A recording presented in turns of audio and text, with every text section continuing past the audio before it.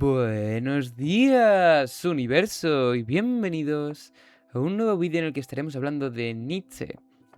Y perdón por el fallo, quería decir clase. Buenos días, universo, y clase, porque hoy toca Friedrich Nietzsche, nacido en 1844 y que muere en 1900. Entonces, bueno, ¿qué podemos hablar hoy de Nietzsche? ¿Qué podemos hablar hoy de Nietzsche? Bueno, Nietzsche nace en un contexto, se desarrolla en un contexto de la industrialización, donde el liberalismo es el principal método de moneda y tal, y todas esas paranoias de capitalismo y tal, y el movimiento obrero está activo, el movimiento obrero, hay muchas revoluciones, mucho pueblo ahí, mucho proletariado.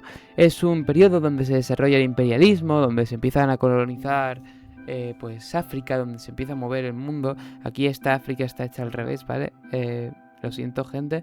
Y bueno, es un tiempo en el que pues se habla mucho del positivismo. El positivismo tiene gran importancia. Se habla de que la ciencia básicamente es lo más importante. La ciencia es clave, es la base de todo. Pero bueno, lo importante es esto del movimiento obrero, de un proceso de creación, de desarrollo. Nietzsche nace en la Sajona prusiana, tiene desde joven un fanatismo por la cultura griega, por la música y por la poesía. Su papá está muerto, lee a Schopenhauer, ya cuando va haciéndose mayor empieza a leer a Schopenhauer, abandona el cristianismo y gana prestigio como filólogo. Comienza a publicar sus primeras obras, pero no es bien recibido. Cada vez es más crítico con la cultura, moral y filosofía occidentales. Esto es algo muy importante. Nietzsche critica un montón la cultura, la moral y la filosofía occidental. Critica un montón a los antiguos griegos. A Platón y Aristóteles los aborrece. Pero bueno, sus últimos años de vida son cuando viaja mucho y escribe sus obras más importantes. Hasta que, bueno, se muere. Muere y ya está. Entonces, bueno, ¿cuáles son sus influencias? Porque este tío sí que tiene influencias. O sea, si habíamos dicho que Marx tenía bastantes influencias, bueno, Nietzsche es que no se le acaban las influencias. Está influenciado por Schopenhauer y el pesimismo de Schopenhauer, que es muy interesante. También se habla de eso en lengua, que supongo que estaréis dando lengua, o sea que en lengua también se habla de eso, del pesimismo de Schopenhauer, cuando hablamos de Pío Baroja.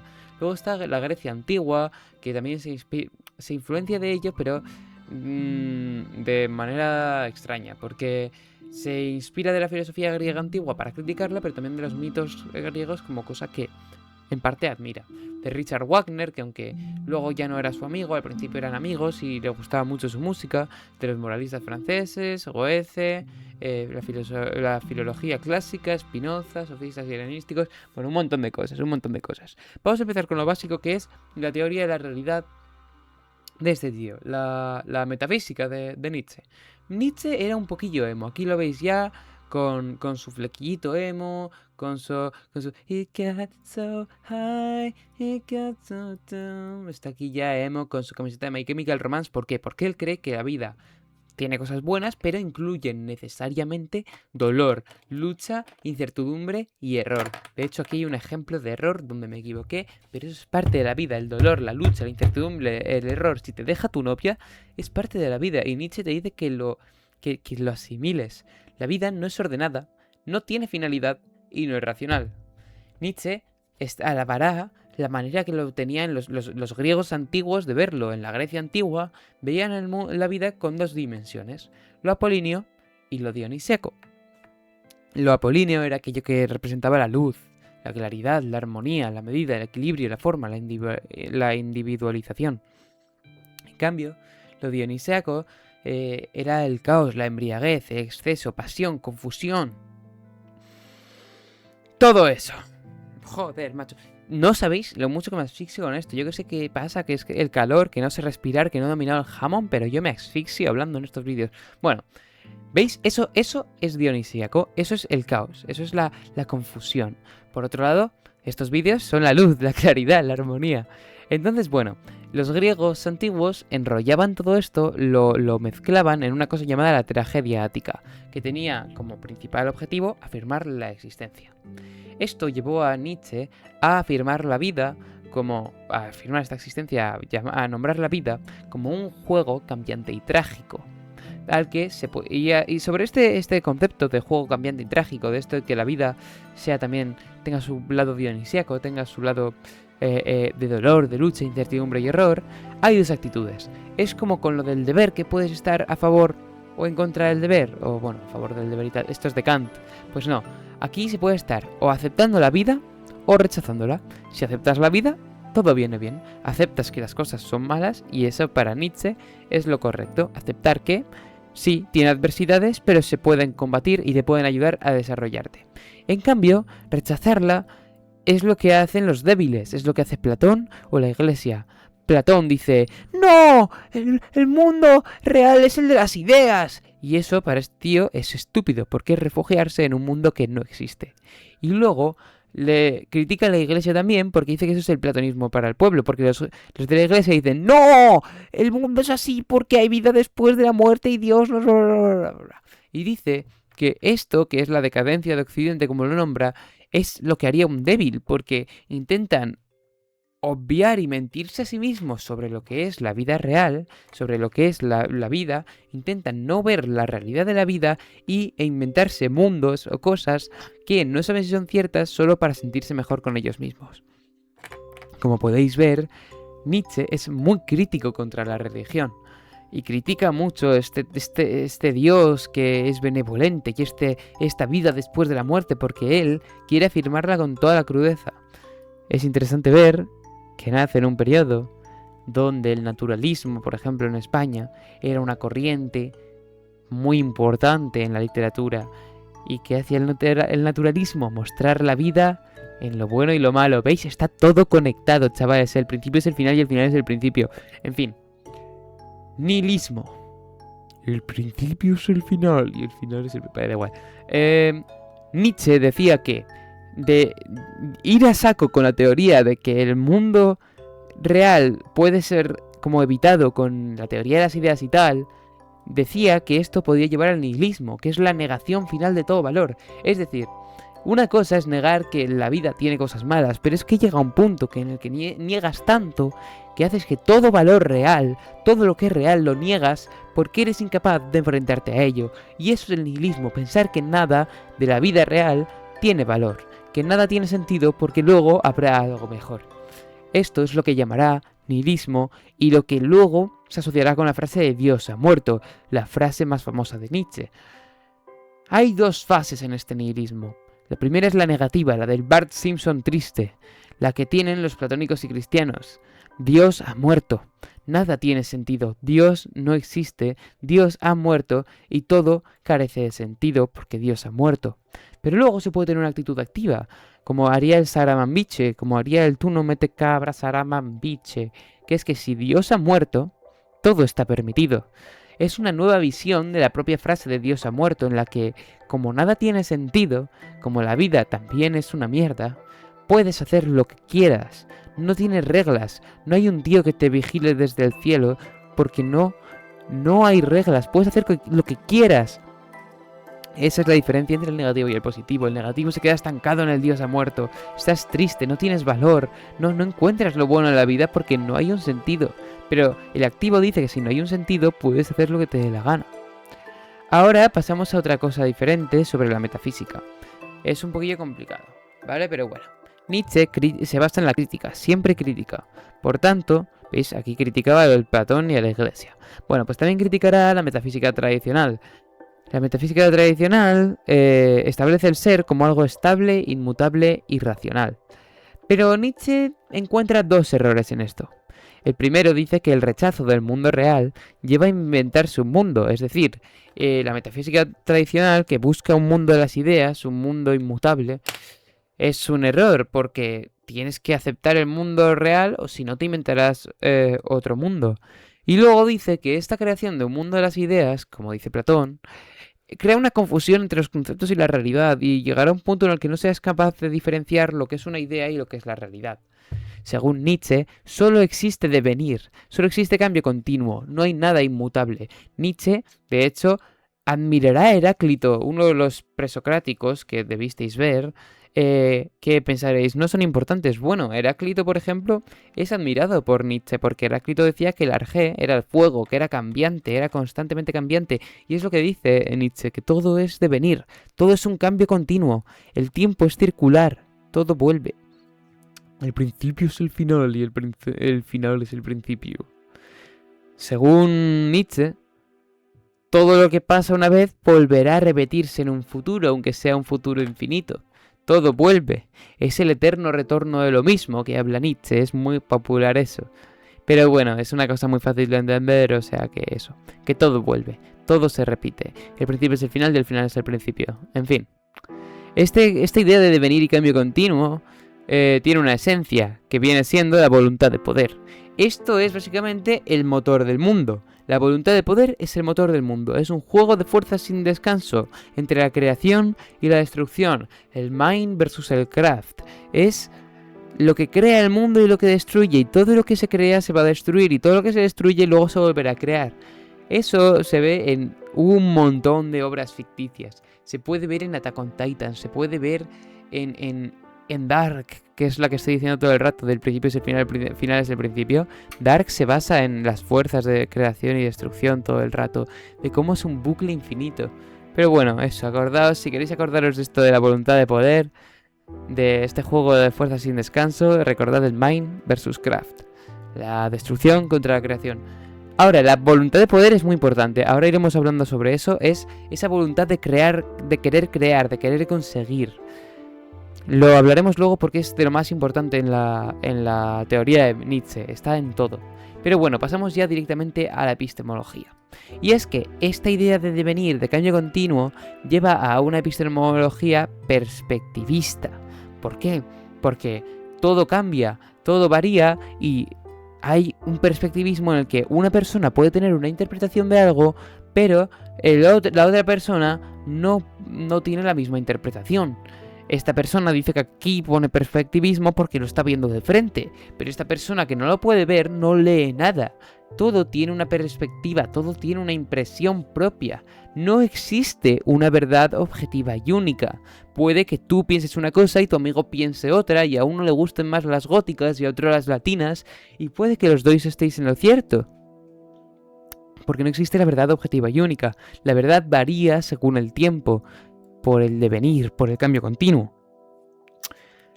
Nietzsche piensa que si tu interpretación favorece la vida y la voluntad de poder, entonces será adecuada, estará bien. En cambio, si no favorece la vida y la voluntad de poder, estará mal, está bien y está mal. Entendedlo así. Piensa que puede haber más de una verdad. Si esta idea que tú tienes favorece esta idea de vida, esta voluntad de poder, está más o menos de acuerdo con lo que viene siendo el mundo, entonces puede ser correcta perfectamente, se puede aceptar. Si no favorece la vida y no favorece la voluntad de poder, entonces no estará bien dicha. Pero bueno, Nietzsche también dirá que el lenguaje limita nuestra manera de pensar e interpretar, que es el lenguaje creativo metafórico el que nos permite conocer mucho mejor en vez del dogmático conceptual, que es el que siempre se utiliza. El dogmático conceptual es, por ejemplo, los lenguajes científicos que convierten lo cambiante, lo que es el devenir constante según Nietzsche, en algo fijo y abstracto. Por ejemplo, crea leyes, crea cosas que no cambian y llega a un punto en el que sí cambian. Pensad que Nietzsche estaba en un momento de positivismo, en un momento donde la ciencia estaba en pleno desarrollo y claro, todas las teorías se iban desmintiendo. Entonces, claro, Nietzsche pensaba, jolín, estas teorías que dicen que son claves, en verdad, son una mierda, porque luego un tío viene y la desmiente completamente. En cambio dice que el lenguaje creativo metafórico es el correcto, es un lenguaje más flexible, un lenguaje basado en el pensamiento, más fiel a la vida y al devenir. Es un lenguaje que cambia. Una metáfora de hace 5 años, o sea, de 5 años, una metáfora de hace 500 años no funcionará igual ahora. Y es que este creativo metafórico ayuda mucho mejor a plasmar las ideas en la mente, pero es que encima varía con el tiempo, como hace el mundo. Y así se tendrá que ir renovando, pues con el tiempo las metáforas se convierten en conceptos, y estos conceptos se convierten en este lenguaje dogmático conceptual que no sirve. Así se crearán nuevas metáforas que serán las útiles para conocer. ¿Es complicadete? Un poquillo, pero no es tan complicado. Pasamos a la ética. Nietzsche toca muchos temas, pero los toca de manera pequeñita, como podéis ver aquí. Aquí solo habla en la epistemología del perspectivismo, de esto creativo metafórico y de cómo saber si algo es verdadero o no, por así decirlo. En la realidad solo habla de la crudeza del mundo, critica cómo la gente no decide aceptar la crudeza del mundo y habla sobre cómo se puede enfrentar esta crudeza del mundo o este nihilismo. También hablará un poquillo de lo que viene siendo el devenir, el cambio continuo y la voluntad de poder, que es, en mi opinión, lo más importante. En fin, pasamos ahora a la ética de Nietzsche. La ética de Nietzsche es bastante interesante, puesto que es una ética que yo he relacionado directamente con el imperio Viltrumita de Invencible. Haré un vídeo específicamente de esto, de por qué yo creo que Nietzsche es un Viltrumita. Así que vamos a guardar un poquito para ese vídeo. Así que no os voy a contar mucho. Pero bueno, la ética de Nietzsche se basa en una crítica al cristianismo. Nietzsche dirá que el cristianismo produce una errónea inversión de los papeles. Dice que el cristianismo hace que los débiles y los pobres, que la humildad sea lo bueno, en cambio lo fuerte, lo rico, sea lo malo. Pero Nietzsche dice que eso está mal. Dice que lo que debería ser es que lo fuerte, que lo rico, que lo poderoso es lo bueno. En cambio lo débil, lo pobre y lo poco es lo malo. Si lo piensas tiene sentido. Pero el cristianismo y esta ética moderna está diciendo que lo bueno es la pobreza, es la humildad, es ser sincero con uno mismo. Nietzsche entonces distinguirá entre dos formas de moral. La moral de señores, propia de los fuertes, de los nobles, de los aristócratas y afirmadores de la vida, que dicen que lo bueno es lo fuerte, lo vital, lo orgulloso, lo valiente. En cambio dice que hay una moral de esclavos, de los débiles, oprimidos y resentidos, que dicen que lo bueno es lo humilde, lo sumiso, lo renegado, lo compasivo e igualitario. Esto, por ejemplo, puede ser relacionado al imperio Viltrumita, puesto que los Viltrumitas piensan que lo bueno es lo fuerte, lo valiente, lo orgulloso y morir en batalla. Nietzsche dirá que tienes que vivir de tal manera que quieras que cada instante se repita infinitamente. Esto es importante, pero no tiene nada que ver con lo anterior. Pero bueno, es un poquito de mensaje bonito de que tenéis que vivir de manera que queramos que con el eterno retorno de lo mismo, como va a volver otra vez lo que hemos vivido, que querramos volver a vivirlo. Pero bueno, entonces, la ética de Nietzsche. Nietzsche tiene una moral donde la voluntad de poder, una moral basada en la voluntad de poder. La moral de señores, ¿vale? Esta que es propia de los fuertes, que es propia de los nobles. Esta moral donde se valora lo fuerte y lo vital se basa en la voluntad de poder que hemos mencionado antes. Y es que es esta voluntad de poder, esta voluntad de conseguir la grandeza, esta voluntad de conseguir la fuerza, lo que mueve al hombre. Y es que esta voluntad de poder vuelve al hombre en superhombre. El superhombre es aquel hombre que vence el bajón de la muerte de Dios y lo usa como impulso para existir y crear. Es decir, es este hombre en el que después del nihilismo acepta que Dios ha muerto y que si ha muerto todo está permitido, y utiliza esta idea de que Dios ha muerto para volverse más fuerte y para ser él y no Dios el que domine el mundo. Esto también es algo que tiene Homelander, que podemos hablar de él, pero bueno, para no daros más la turra vamos a seguir rápido y fin. En la Asamblea de Zaratustra, que es una obra de Nietzsche, hay 3 transformaciones del espíritu bastante interesantes. Esto es una metáfora. Ya hemos hablado antes de que Nietzsche habla en lenguaje creativo metafórico. De ahí el superhombre. El superhombre no es Superman. He's not a man. He's not a Superman. He's the... No me acuerdo cómo era. He's the prophet of the Lord. Pues eso, no es Superman. Es un hombre que se ha superado a sí mismo y es fuerte en alma y en espíritu. Pero bueno. Entonces, así habla Zaratustra hace una metáfora con 3 transformaciones del espíritu. La primera, el primer paso del espíritu es el camello. Es el que carga los conocimientos que te han inculcado desde pequeño. Él obedece el tú debes. Lo que te dicen tú debes hacer esto, tú debes hacer lo otro. Y tú lo obedeces, lo cargas como un camello carga agua en sus jorobas. La segunda es la del león, que dice yo quiero. Finalmente rompes el tú debes y quieres algo. Es como Homelander diciendo, I'm better, I'm stronger. Bueno, no, I'm stronger, I'm smarter, I'm better. Pues eso mismo, pero aún estás de manera negativa, aún estás enfadado, aún estás agresivo como un león. En cambio, el tercer tipo de transformación de ese espíritu es el niño. Que dirás, ¿cómo cambias de un león a un niño? Un león es God y un niño es ZZZ. No, el niño es la inocencia y las ganas de empezar de nuevo. Es este empezar de nuevo. Has admitido que Dios no existe, que Dios está muerto. Y vas a empezar de nuevo. Y vas a luchar por lo que quieres. Ese es el niño. Ya no estás enfadado, ya no estás atascado en lo malo. Quieres un mundo mejor. Y es que Nietzsche es vitalista. Y aquí pasamos a la antropología, súper bien hilado, os cagáis. La antropología de Nietzsche se basa en una concepción del hombre unido a la tierra, a la naturaleza y al devenir. Es un hombre cambiante, y como la naturaleza que es cambiante, el hombre también cambia. Es un hombre que está unido a esta naturaleza, es como A-Train y sus raíces. Esta antropología es vitalista. El hombre se define por la vida, por los impulsos, las pasiones y la corporalidad. Es estas pasiones, estos impulsos, esta vida lo que nos hace como humanos, y no hay que rechazarlo.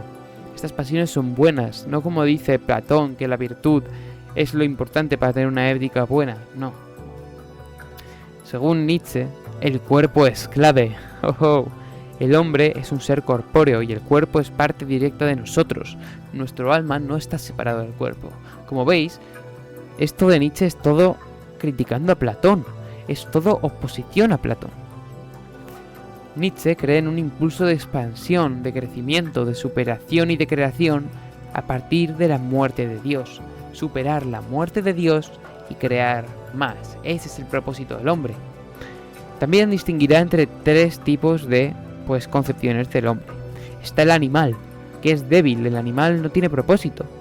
Luego está el hombre, dominado por el nihilismo, que ha perdido toda ausencia, tiene una ausencia de valores, tiene una ausencia de esperanzas. Finalmente está el superhombre, que finalmente está decidido y quiere superar esta adversidad y crear, después de superar la muerte de Dios. Pero bueno, la antropología, un poquito de cosa, no vais a hablar de eso únicamente, podéis mencionarlo. Y finalmente la política. La política también es muy simple. Es más larga de lo que he puesto aquí, pero bueno, he puesto un poco lo básico porque a mí no me interesaba mucho hablar de la política, entonces bueno. La política lo podéis entender un poco como Homelander. Homelander en la temporada 3 de The Voice hace ese discurso de I'm smarter, I'm stronger, I'm better, I'm better. Y es que eso es lo que cree Nietzsche. La democracia y el socialismo, estas políticas igualitarias, a la basura, son una mierda. Tienden a rebajar el ser humano. El ser humano es inútil la mayoría. Estas políticas favorecen la mediocridad, la uniformidad y el conformismo. ¿Estás diciendo que un tío tonto tiene el mismo derecho a reinar que un tío listo? No. Nietzsche cree que tiene una concepción aristocrática. Las grandes culturas, según él, nacen de la jerarquía y cree que los más fuertes, los más inteligentes, los que mejores capacidades tienen, deberían ser aquellos que sean los que dominan sobre el resto. La política de Nietzsche está orientada a la excelencia y a la creación. Está orientada a los fuertes. Los fuertes rigen sobre los débiles. Hay una jerarquía. El centro de la sociedad no está en el pueblo. El centro está en quien destaca y es superior. Solo los fuertes deben reinar, como hacen los Viltrumitas. Solo los más fuertes reinan. Esa es la filosofía de Thrag al inicio.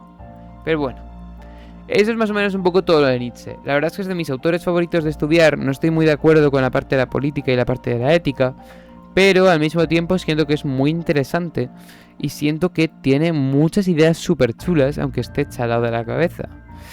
Además me gusta mucho el esquema como me quedó. Lo voy a pasar así lentamente para que lo podáis tener. Podéis copiarlo si queréis. Es bastante bueno, yo creo, este esquema. Este es el que mejor me ha salido, en mi opinión. Es que estoy glaseando un montón, pero es que es mi favorito. Entonces lo admiro mucho, tío. Entonces, bueno, eso. Ahí estaría. Vale, ya está. Bueno, estudiad bien, chicos. Quedan 2 días para Pau. Adiós, chavales.